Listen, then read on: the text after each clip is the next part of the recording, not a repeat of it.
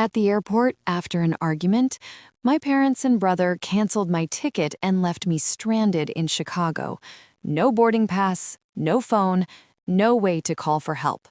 A man who looked like a multi-millionaire, impeccably dressed, walked toward me and whispered, "Pretend you're my fiancé. My driver is about to arrive."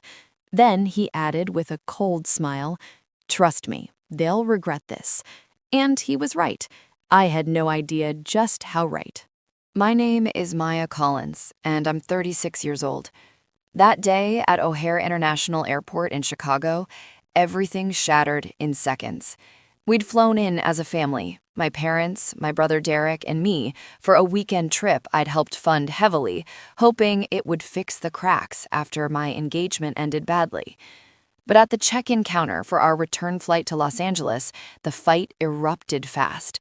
I said no to sending more money home right away. I was finally prioritizing my own savings after years of bailing them out. My brother had maxed out credit cards again.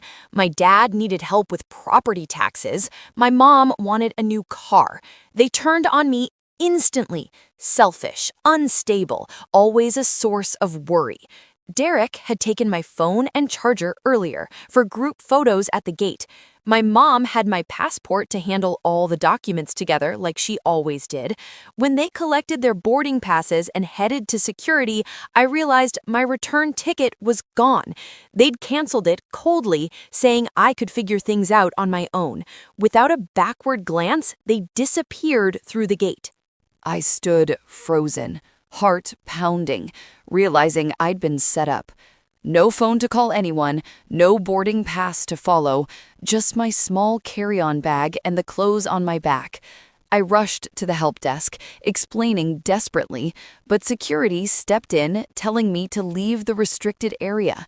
Stranded, alone, in a city where I knew no one. That's when he approached. The stranger in the sharp suit who'd clearly been watching my struggle from the lounge area. He leaned close and delivered those exact words. In that moment of pure desperation, I gripped his hand and followed him out. As the limousine pulled away from the terminal, I glanced back at the fading lights, a cold resolve building inside. They thought they'd left me broken, but they were wrong. If you've ever felt betrayed by family in a way that changed everything, or wondered how far people would go for control, share your thoughts in the comments below. What would you do if trust turned into abandonment? I read every comment. Let's hear your stories. The limousine glided smoothly through the darkened streets of Chicago, the city lights blurring past the tinted windows. I sat in the back seat next to the stranger who had just pulled me from the brink, my mind racing as I tried to process what had happened. The driver up front remained silent, focused on the road, while the man beside me stared ahead for a moment before turning to me. "I suppose introductions are in order," he said, his voice calm and measured with a faint New England accent. "Jonathan Pierce, 44. I run an investment firm based in New York." I nodded, still gripping my small carry-on bag like a lifeline. "Maya Collins," I replied, my words coming out steadier than I felt. 36. Thank you for whatever this is." He gave a slight smile. Not warm, but genuine enough. "I saw you at the help desk. You weren't panicking outwardly. You were trying to fix it yourself. That caught my eye. Most people would have broken down completely." I glanced at him, surprised by the observation. He had been watching longer than I realized. I didn't have much choice. Security was about to escort me out. Exactly. Resourceful. That's why I stepped in. I need someone like that for a short time. He paused as the car turned onto a quieter avenue, then continued. "In 3 weeks, I have a major charity gala in New York. It's not just fundraising, it's where I'm finalizing a merger with traditional partners. They value stability. A widowed man in his early 40s still grieving, it makes them nervous. They worry about emotional decisions affecting business." I listened, piecing it together, and that's where the fake fiancé part comes in. "Precisely," he said. My wife died 3 years ago in a boating accident. It's public knowledge. My business partner, Gregory, has been using it to stir doubt inside the company, suggesting I'm not fit to lead anymore. A stable relationship appearance would shut that down temporarily. The mention of loss hit close. I thought about my broken engagement, the way it had left me rebuilding everything alone. I'm sorry about your wife. He acknowledged it with a nod, but didn't dwell. It's business. I need a partner for the event, someone believable, not an actress who'd come off scripted. I shifted in my seat, the reality sinking in. And you picked me? A complete stranger stranded at an airport? You handled yourself well under pressure, he repeated. That's rare. The car slowed as we approached a private terminal outside the main airport. Jonathan outlined the deal plainly. You play the role for the Della and related events. In return, I get you back to LA tonight on my jet, provide secure housing in my Manhattan penthouse, $50,000 in cash, and a new phone. Plus, I'll help you figure out what your family is really up to.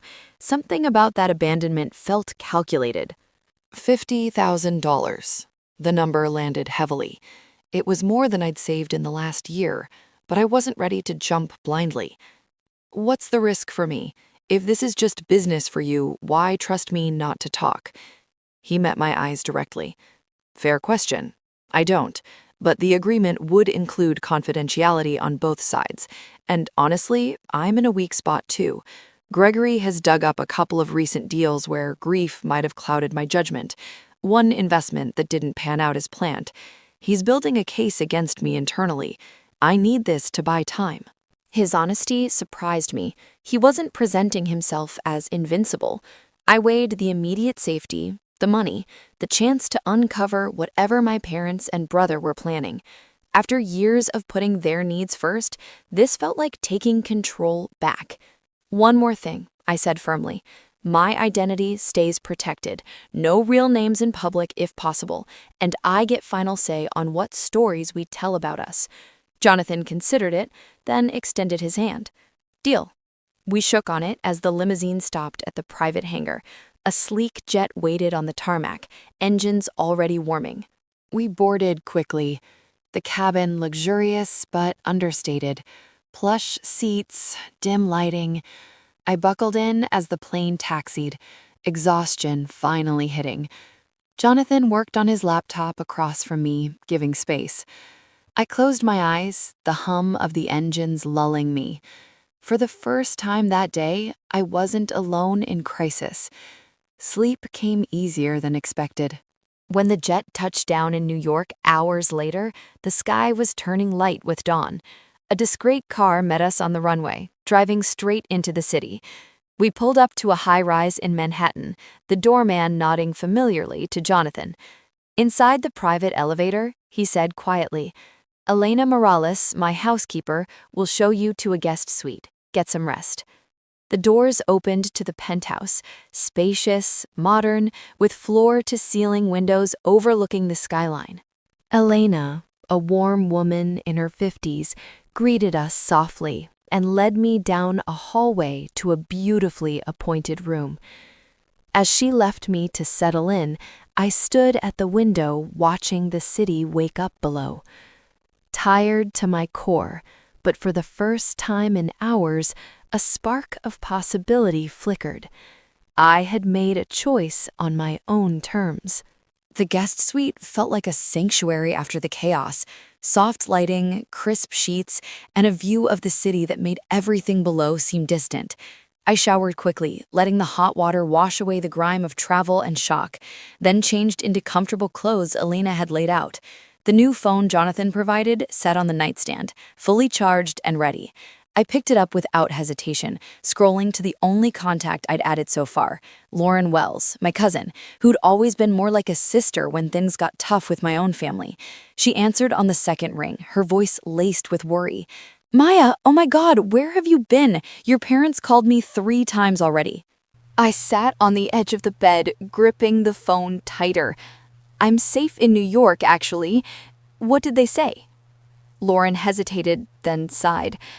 They told me you had some kind of breakdown at the airport in Chicago, said the stress from your broken engagement finally caught up, that you were acting paranoid, accusing them of things, and then just walked off without saying where you were going.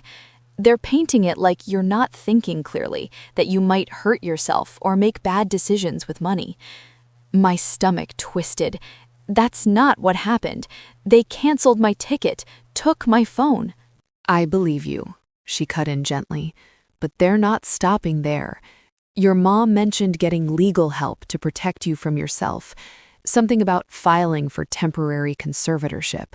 They zeroed in on the condo Grandma and Grandpa left you, the one in Manhattan, said if you're unstable, someone needs to manage it before you do something reckless. The words hit like ice water. The condo was my only real inheritance, a 2-bedroom in a prime building worth millions, now specifically deeded to me because my grandparents knew how hard I'd worked. They're trying to take control of it? From what I overheard when your dad put me on speaker briefly, yes, they're gathering statements. Old emails where you vented about stress after the engagement. Maybe doctor visits for anxiety. In New York, conservatorship isn't automatic, but if they show evidence of incapacity, like inability to manage affairs, a judge could appoint a guardian temporarily. I stood up, pacing the room. At first, doubt crept in. Had my post-engagement meltdowns been that bad? I'd canceled plans last minute, withdrawn sometimes, but then clarity sharpened. This was calculated, building on real vulnerabilities to twist the narrative. Lauren, can you forward anything they've sent you? Emails, documents? Already on it. My phone buzzed with incoming messages, screenshots of drafts, a list of concerns they'd compiled. I scanned them quickly, anger replacing any self-doubt. They weren't worried about me. They were positioning themselves as saviors to seize assets. I thanked Lauren, promised updates, and hung up. The penthouse was quiet as I headed downstairs, finding Jonathan in a modern office off the living area reviewing papers.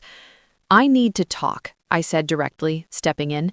He looked up, setting aside his work. Everything okay? No. I handed him the phone to show the screenshots.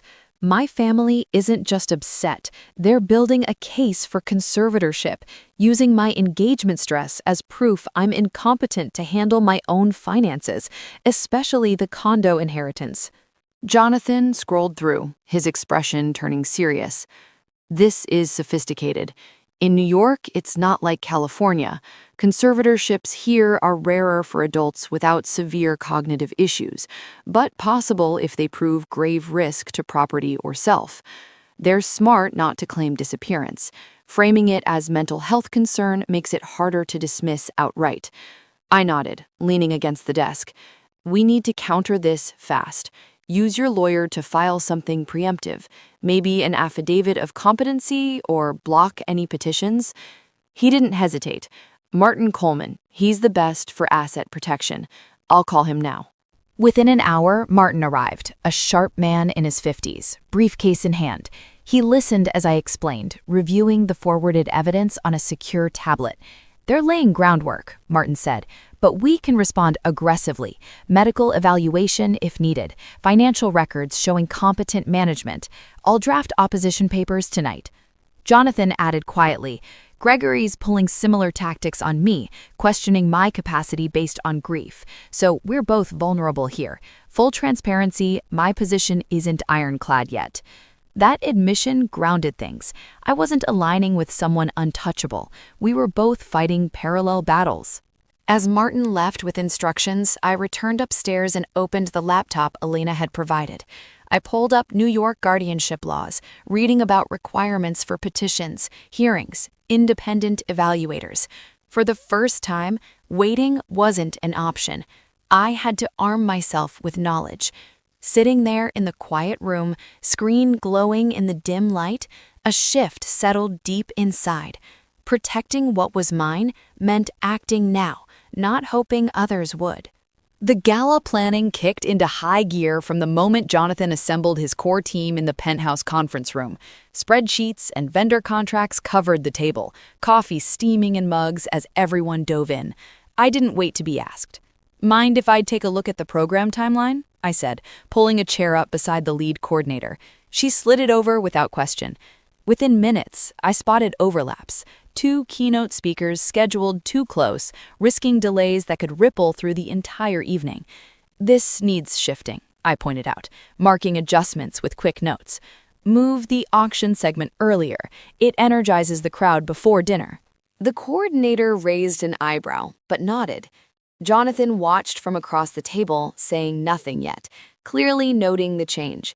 By the end of that first meeting, I'd restructured the guest seating to avoid awkward placements, putting rival investors far apart while grouping potential partners near each other for natural networking. When a major sponsor emailed concerns about committing fully, citing whispers of instability in Jonathan's leadership, I asked to see the threat. Reading the exchanges, I drafted a response on the spot, personalized, acknowledging their long history with the firm while highlighting upcoming projects with solid projections. Send this, I told the team. It addresses the doubt without defensiveness. The sponsor replied positively within hours, increasing their pledge. Jonathan pulled me aside afterward. You're making yourself indispensable. Good, I replied, because I'm not here to stand pretty. He gave a short laugh, the first real one I'd heard from him. From then on, he looped me into every decision. I took charge of the reception area layout next, walking the hotel venue myself to map flow, ensuring entry points avoided bottlenecks, placing signature displays where they'd catch eyes immediately upon arrival. Coordinating with the lighting crew, I insisted on warmer tones for the cocktail hour, transitioning to cooler spotlights during speeches to keep energy focused. Jonathan opened up more during late sessions. One evening, reviewing budget overruns, he admitted a recent investment flop. A tech startup pushed through too quickly after his wife's death. Gregory's circling it as proof I'm not thinking straight, he said, rubbing his temple. He's right that grief clouded things, but wrong about my ability to recover. I leaned forward. Then show recovery. Pull projections for the next quarter. Highlight corrections already in motion. He considered it, then incorporated by suggestion into the board update. We rehearsed public appearances relentlessly, walking into mock rooms arm in arm, fielding imagined questions from reporters. Our cover story, meeting at a real estate conference in Boston years ago, felt scripted at first. Too stiff, I said after one run-through. Make it casual. I was handling event logistics for the venue, you complained about the coffee, we bonded over bad catering horror stories. Jonathan tried it, adding his own twist about spilling said coffee on my notes. It landed naturally, even drew a genuine smile from him. As deadlines tightened, I handled vendor escalations, personally negotiating with the florist when deliveries ran late, calming the caterer over last-minute dietary requests from VIPs. Jonathan deferred to my calls more often, trusting the instincts honed from years managing high-stakes corporate events. The night before the gala, I ran a final walkthrough at the venue alone, checklist in hand, every detail aligned, signage positioned perfectly, tech rehearsals flawless, contingency plans for weather or no-shows locked in. Back at the penthouse, trying on the gown Yelena had helped select, elegant navy silk that fit like it was made for me, I caught my reflection. The woman staring back moved with purpose, eyes sharp. Work had pulled me out of survival mode into something stronger, control earned through competence. Tomorrow's event wasn't just Jonathan's test, it was mine too. The grand ballroom of the Plaza Hotel buzzed with anticipation as Jonathan and I stepped through the entrance, cameras flashing from the step-and-repeat backdrop. We moved together seamlessly, his hand lightly at my back, my smile practiced but genuine enough to pass scrutiny. Guests in tuxedos and gowns mingled under crystal chandeliers, champagne flutes clinking while a string quartet played softly in the corner. Everything felt aligned until midway through cocktails when Jonathan's phone vibrated with an alert from his PR team. A financial blog had just republished old rumors about his instability post-widowhood, quoting an anonymous source close to the company, claiming recent deals showed poor judgment. We both knew the source, Gregory feeding the narrative. The team's prepared statement went out immediately, a firm denial emphasizing strong performance metrics and forward momentum. It contained the spread somewhat, but whispers rippled through the room.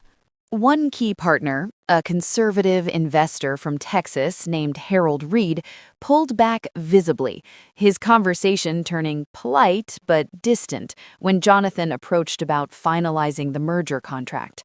I watched from across the cluster, reading Harold's body language, arms crossed, eyes avoiding direct commitment.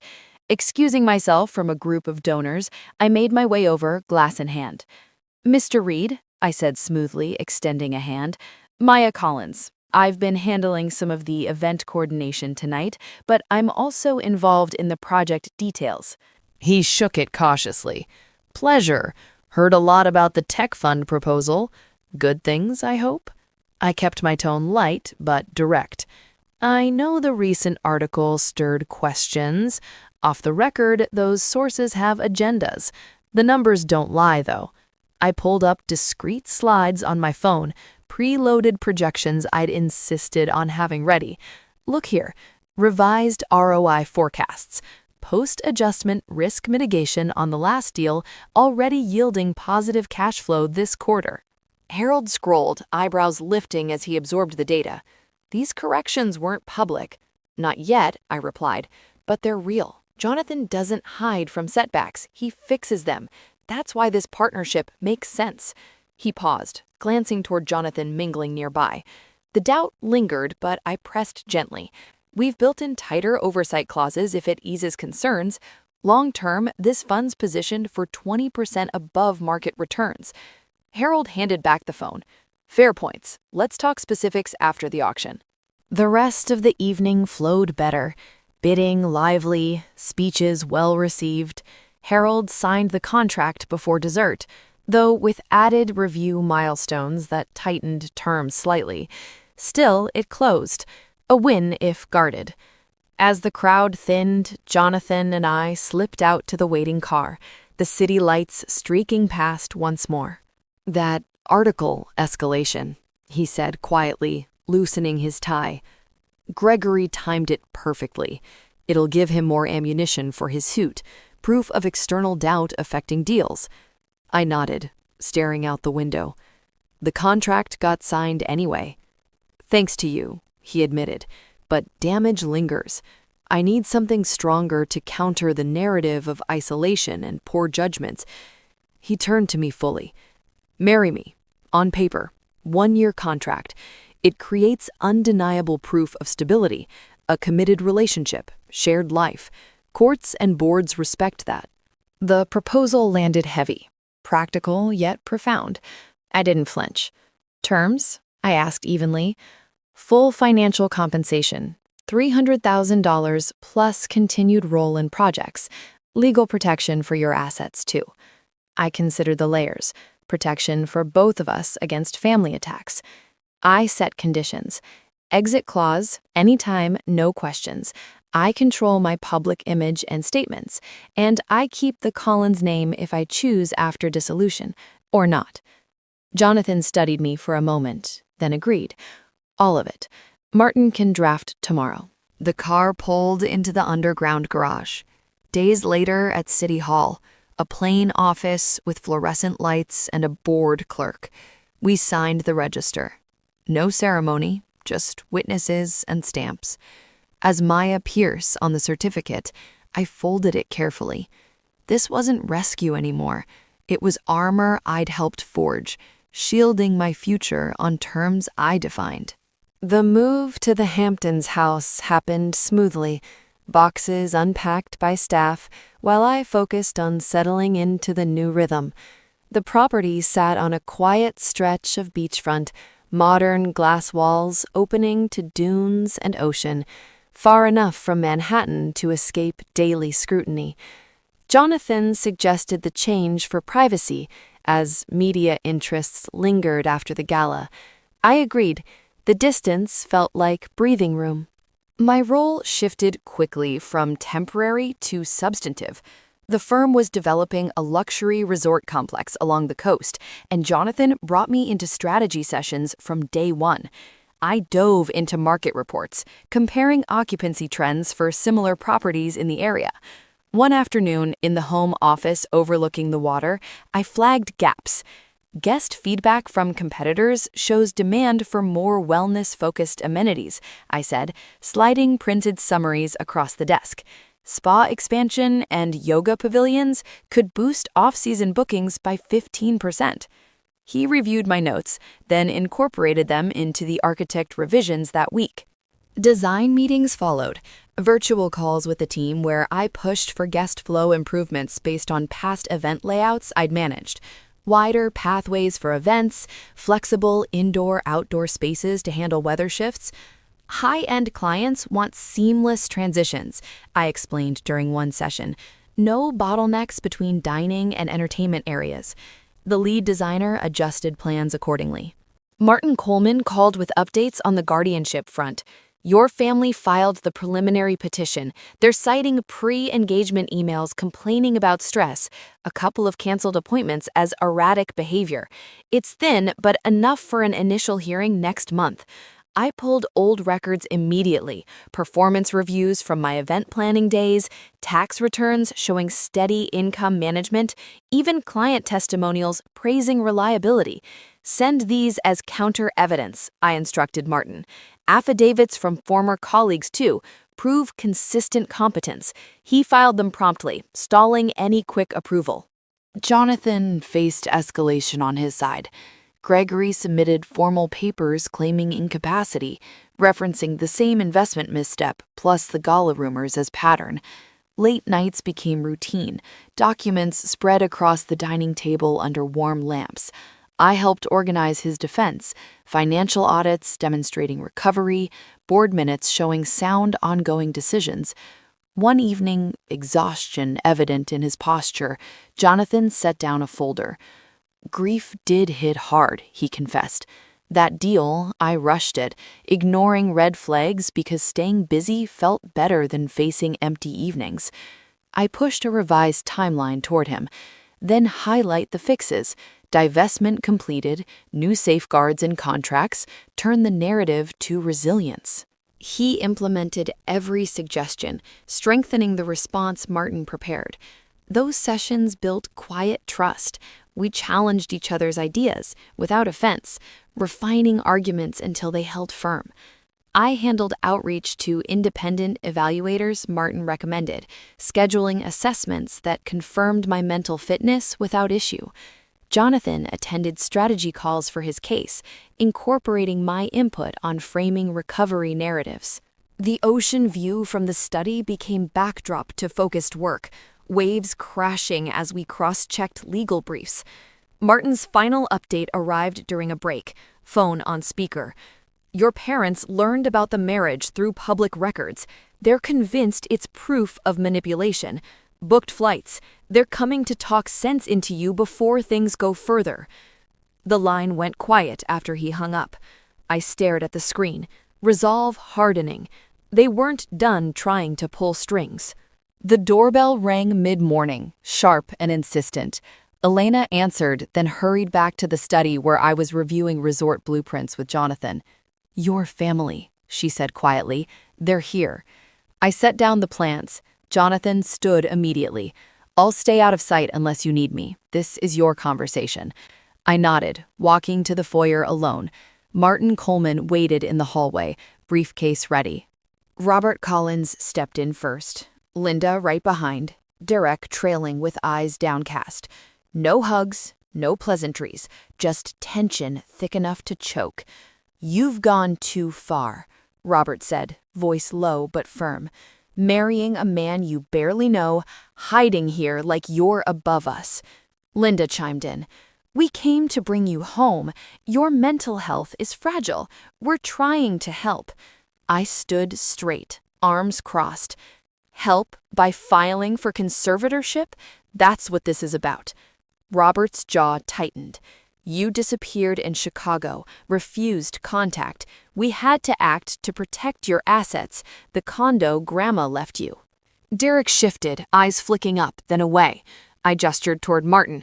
My lawyer has the full file. You submitted preliminary papers claiming incapacity based on erratic behavior. Emails I sent during a stressful period after my engagement. That's not evidence, it's cherry picking. Martin opened his briefcase, laying out documents. The petition lacked substantial proof under New York law. No medical diagnosis, no recent incidents, just old complaints twisted to fit a narrative. Linda's face flushed. You're being manipulated by this man. He's using you for his own legal problems. I met her gaze evenly. Jonathan isn't the one trying to control my inheritance. You are. Robert stepped closer. We raised you. You deserve nothing more than respect, I cut in, which you lost when you orchestrated that abandonment at the airport, took my phone, my passport, canceled my ticket, all to push this conservatorship quietly. Derek finally spoke, voice small. We didn't mean for it to go this far. I turned to him. You borrowed my phone for photos. Mom kept my passport for convenience. You all walked away without a word. That was deliberate. His eyes welled up. Dad said it was the only way to make you see reason. I thought maybe you'd come back and everything would fix itself. I shook my head slowly. You let them use you. Again. Robert tried to interrupt. Enough. Come home. We'll drop the filing if you sign over management of the condo to us. I pulled out the ultimatum I'd prepared with Martin. Here's my offer. Withdraw the conservatorship petition immediately. Issue a public statement acknowledging it was unfounded. In return, I won't pursue counterclaims for fraud, forgery, or emotional distress. Linda scoffed. You wouldn't dare sue your own family. I looked at each of them. Try me. Derek wiped his eyes, glancing between us. For a second, something flickered. Regret? Maybe understanding. He opened his mouth and closed it, stepping back beside his parents. Robert shook his head. You're not the daughter we raised. I'm the daughter you never valued, I said quietly. They turned to leave. Derek hesitated at the door. He looked back once, eyes red, expression raw with something that might have been guilt. Then he followed them out. The door closed behind them. I exhaled, the silence heavy. Martin gathered his papers. I'll file the countermotion today. Jonathan emerged from the hallway, arms crossed. You handled that perfectly. I nodded, resolve settling deep. No more waiting for them to do the right thing. We walked back to the study. I sat at the desk, opened my laptop, and began drafting the formal complaint for civil action. Fraudulent attempt to gain control of property, emotional manipulation, breach of trust. The decision felt final, necessary. They had chosen their path. Now I chose mine. The court's decision came swiftly. Martin's counter evidence, medical records confirming no ongoing incapacity, financial statements proving independent management, affidavits from colleagues attesting to my reliability overwhelmed their petition. The judge ruled there was insufficient basis for guardianship under New York standards, dismissing the case outright, and noting the filing appeared motivated more by property concerns than genuine welfare. No penalties were imposed, but the public records spoke volumes. Word spread through old neighborhood circles and mutual acquaintances. Invitations dried up. Former friends distanced themselves, uncomfortable with the optics of attempted control over an adult child's inheritance. My parents lost standing in their retirement community. Whispers followed them at events they once hosted. Derek's professional network caught wind. Subtle shifts in how colleagues viewed his judgment. They no longer had leverage over me or the condo. The property remained mine alone, untouched. One evening, an email from Derek arrived. Subject line simply, "I'm sorry." He wrote about realizing too late how his silence enabled the plan, how guilt kept him up nights, how he wished he'd spoken up that day in the Hamptons. I read it twice, feeling the pull of old bonds. Then I closed the message without replying. Some bridges once burned stay that way. The contract marriage ended precisely on schedule. We filed dissolution papers amicably, no contest, no drama. I retained full control over my public image and assets as agreed. The Pierce name faded from legal documents, but the protection it provided lingered in resolved threats. Jonathan prevailed against Gregory as well. Board reviews accepted the period of stability during our arrangement as evidence against claims of ongoing incapacity. Gregory's challenge collapsed, leaving him sidelined in firm decisions. We parted as partners turned friends, mutual respect intact, occasional check-ins about projects, but separate lives.